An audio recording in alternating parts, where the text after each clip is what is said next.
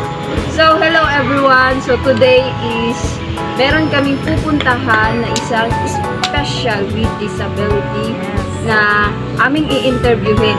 At sana ay bigyan kami ng opportunity na makilala siya at ang kanyang pamilya. At unang-una ay magpapakilala muna kami. Ako nga pala si Rosel Ayotagan at ito naman ang partner ko, si Zea Dicky po.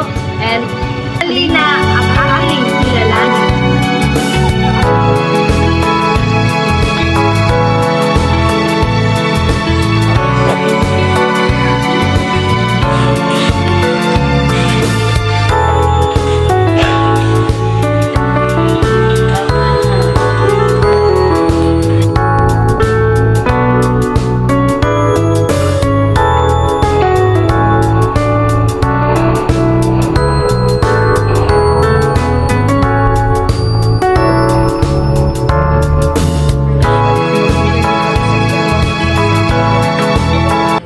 Background na niya sa school purposes da sa Pinas.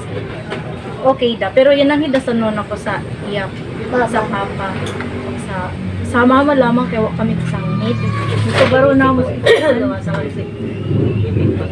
pero okay da siguro ito sa iyo, pero kung maapta na mo magpana.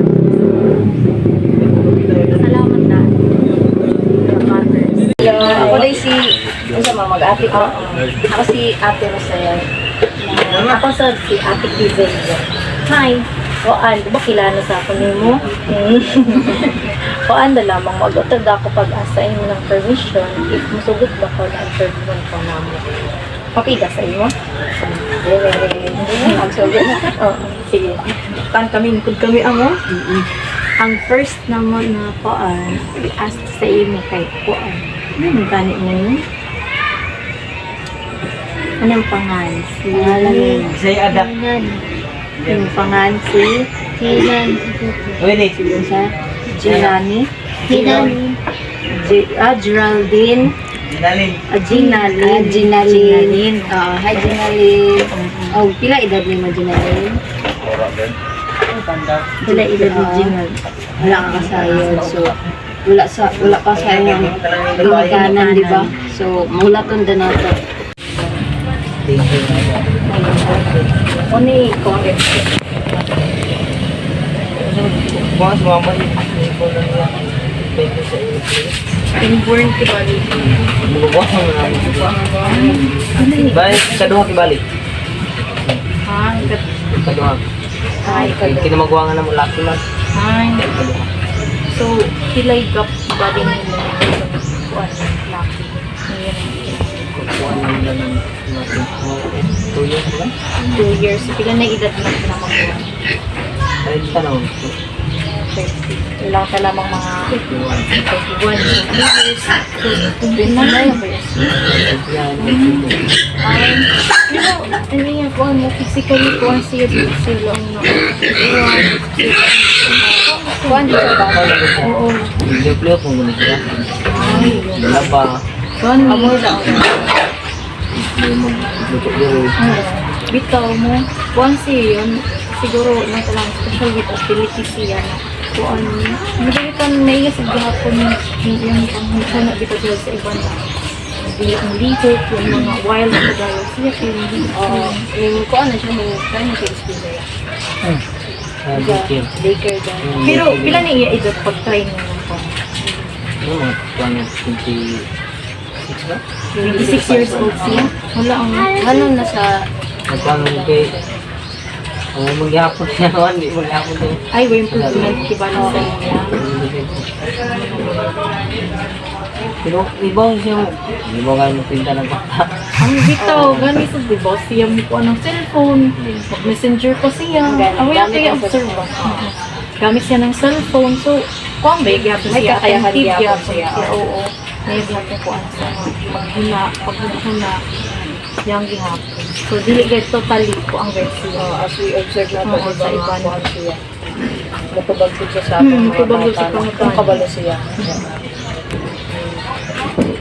So, hindi siguro ito yung kay ang kuwan sa good mama kay niya get background. Background. Tapos, kuan mo rag sa sponsor niya specific dito gayud niya na sakit. And pagaw yun, di ba, may kuan sa gayud, may heart sa gayud na mukawas gayud niya pag special ability niya. Uni yung kibali mga ways para sila magpalma, yung kalma. Wala sa kuan niya. Yan di siya mag-wild. Mura gayud siya. Normal lagi di ba siya? Ang dako nagbali sa iya niya. Niya utok dito mo na late ba. Ay, Tapos niya tsura. Ano siya niya? amo daya ka. Pero pag kuan yun, pag kuan siya, wala gayud lang na mag-wild. Niya utok ka lang ganyan ng bata. Bata, kaya wala. Huwag gayud mo improve ang niya. Kaya utok ko yung nauna niya. Ilang tumiligid bata niya. Pero okay siya, murag siguro mga observation sa iya mga aliya, edad mga 15 to 16 na mga level. Ubos pa mo sa iya. 29 na sa siya. So, mga 15 pa siguro yung mga teenager pa iya mga makaliyok na sa siya, makakuha na siya. Doon siya mukuha siya pagalingon. So, late na kayo na pero dito sa patuko sa siya. Puno niyo yung mga dyan mo. Mga mo. May istorya sa mga pag. Normal. Normal na bigyan natin. Kaya yung pagmula ko. Iba niya. Tsura.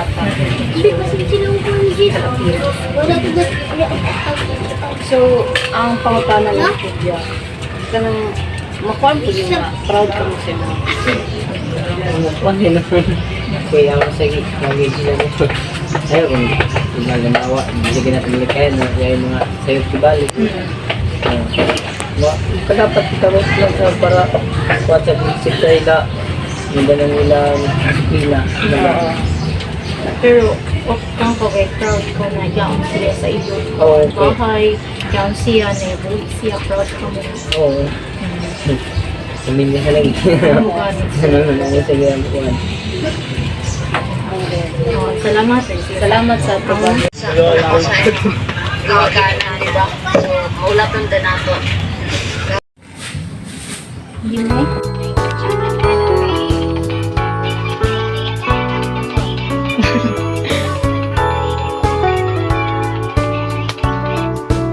Kalisto.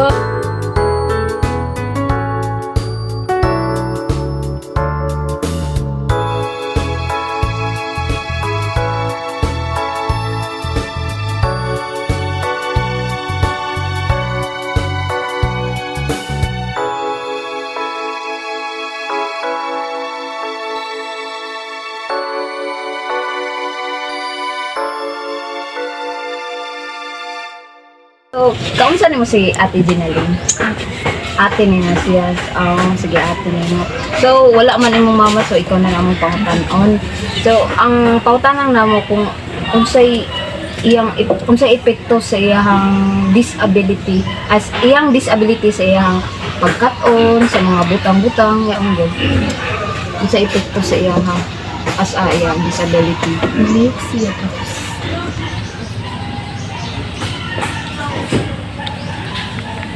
Tapos, kasabot na dito siya. Makasabot na siya. So dili siya ingon nga kuan jud kaayo nga kanang tabangon dili kaayo. Mulihok din siya ang mura siya. Normal na po, di ba? Yaon ang okay ba. I-post na ida. So dili man kay siya kuan sa inyo sa iyang sarili pero dili dayon siya masabtan sa iyang istorya, di ba? Dili masabtan ra niya iyang istorya. Masabtan siya. Pero naga-istoryanay ka mo. Naga-open up siya sa inyo ha. Kung ano iyang pinanakit, iyang mga problema, yaon. Naga-open siya, open ka mo sa iyahatan ng pamilya. So sa inyong pamilya kanang kuan unoy epekto sa iyaha, sa inyo ha, ang iyang disability sa inyong pamilya. Unsa dako ba siya? Kanang kuan tawag ni kanang nagahatag ba siyang problema sa inyo ha? Yaon. Dili siya. So, unsa yung ginabuhat sa inyo sa diri sa inyong panimalay? maglabas siya, Amo. tapos magdungag, Okay. mahugas ang plato. So siya tanan nagalihok din siya diri sa bahay.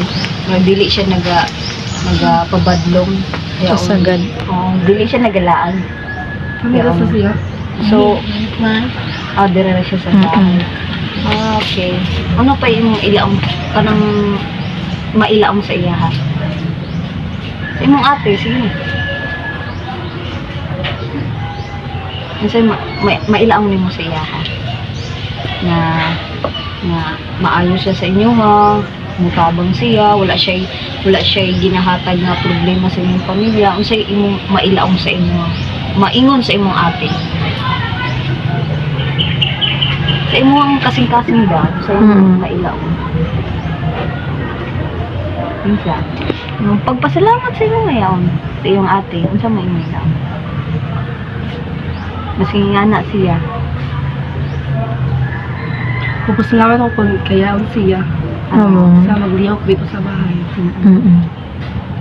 Nako gyapon siya tabang sa inyo ha. Yakuan niya ang rule na pagkaati sa imo. Yan, nagampanan Ihatag niya. niya, ihatag Ihatag niya, niya. yapakita niya sa imo. Bless ko na yaon si ate nimo. Na, yaon siya sa iyo bahay. Bless ka.